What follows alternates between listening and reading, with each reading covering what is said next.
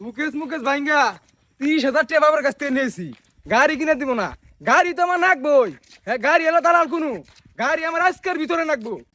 বাপ এডে দিছে, ওখান দালাল নাই।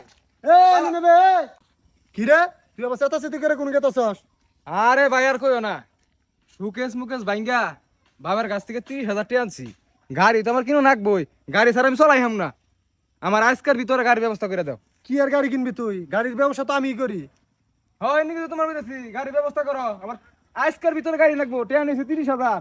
তা তুই কয় লাখ টাকা নিয়ে আইছ? আমার বগলে ফারফার করতেছ, কি গাড়ি কিনবি তুই?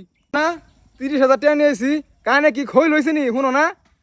আসলে তোমার কি কমু, ও তো পুতুরা 30,000 টাকা নিয়ে গাড়ি সুদা আবার হইছে না? ছাগলের বাচ্চা কিন না মে মে করতে করতে বাইতে যাও গা। তোমার না গাল পাতি দালাল দিয়ে আমার চলবো না, গাড়ি আমি নিজেই কিনবো।